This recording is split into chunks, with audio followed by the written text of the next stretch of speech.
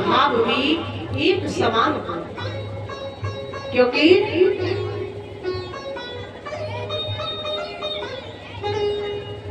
सब श्रोता श्रोता रूप नहीं, कुछ श्रोते और सरोते हैं, इसलिए कथा सुनने पर भी फल नहीं एक से होते हैं। भैया सब श्रोता श्रोता सारे कथा प्रांगण में आए हुए भक्त श्रोता ही नहीं होते, कुछ श्रोते और सरोते। श्रोता की कितने रूप बताए? बोले 3, श्रोता श्रोता और सरोता। इसलिए कथा सुनने पर भी, कथा प्रांगण में आने पर भी, कथा सुनने के बाद भी उन तीनों श्रोताओं को जो फल मिलता है, फल नहीं एक से होते हैं। कथा सुनने के बाद फल एक समान नहीं मिलता। बताया सुखदेव जी महाराज ने कि कथा प्रांगण में आने के बाद तीनों श्रोताओं के कार्य क्या क्या होते हैं।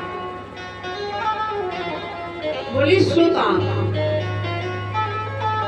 पहली बार कथा में आना ही नहीं चाहते, और यदि किसी के कहने से, किसी लाज के कारण या गांव की मर्यादा के कारण, यानी अनायास किसी कारण वो कथा प्रांगण में आते हैं भैया, तो ऐसा स्थान ढूंढेंगे जहां पर कमर लगाकर बैठने को मिले।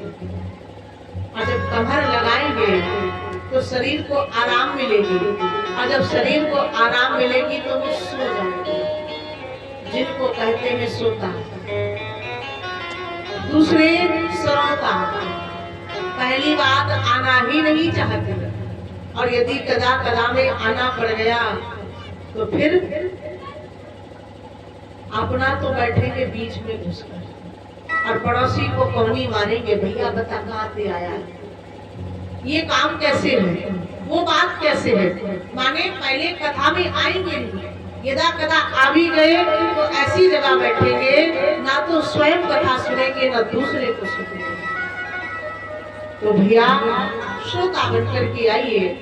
जब श्रोता बनकर के आएंगे तो कथा प्रांगण से जो भी वक्ता प्रवक्ता विद्वान ज्ञानी अपनी सुमधुर वाणी से जो रसास्वादन कराता है, जो कथा वाचन करता है, उस कथा को प्रेम से सुनेगा, और सुनने के बाद जब अपने भवन को लौटेगा तो उस पर विचार करेगा कि आज जो मैंने कथा सुनी, इसको मैं अपने ऊपर कितना उतारूं। कथा सुनना अलग बात है, और कथा का पालन करना ये अलग बात है। महाराज और भी बताया,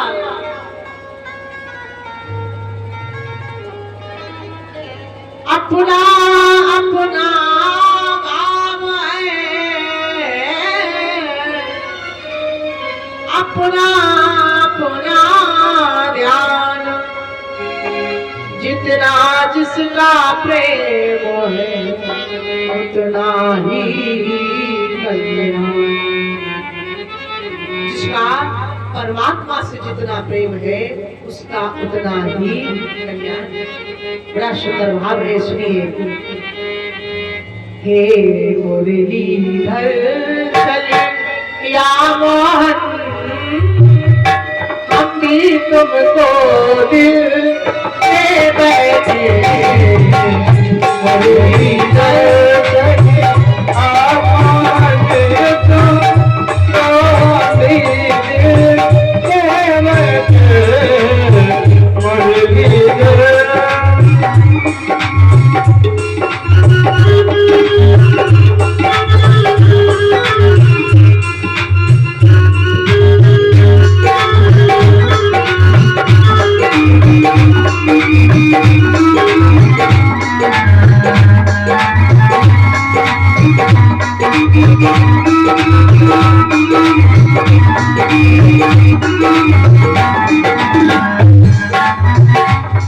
Yeah.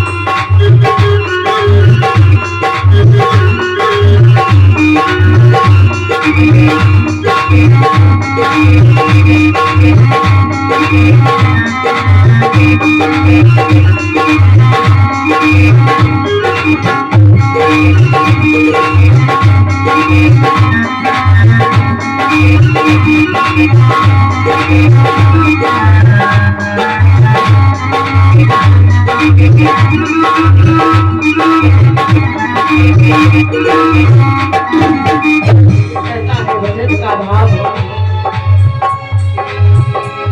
दिल कहता है सुंदर हो, आंखें कहती है दिखलाओ। दिल कहता है सुंदर हो, कहती है दिखलाओ।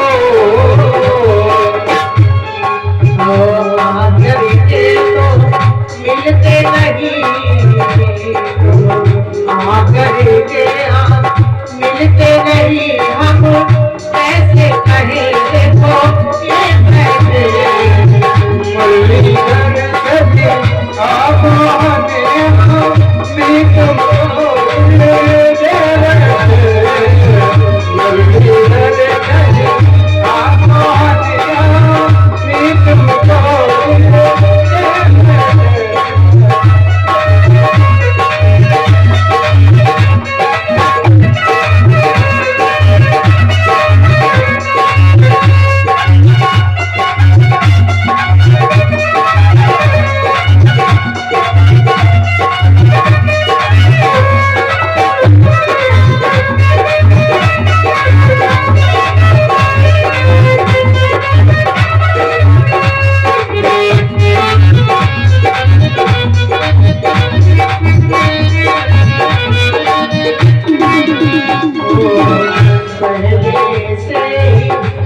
तो न थे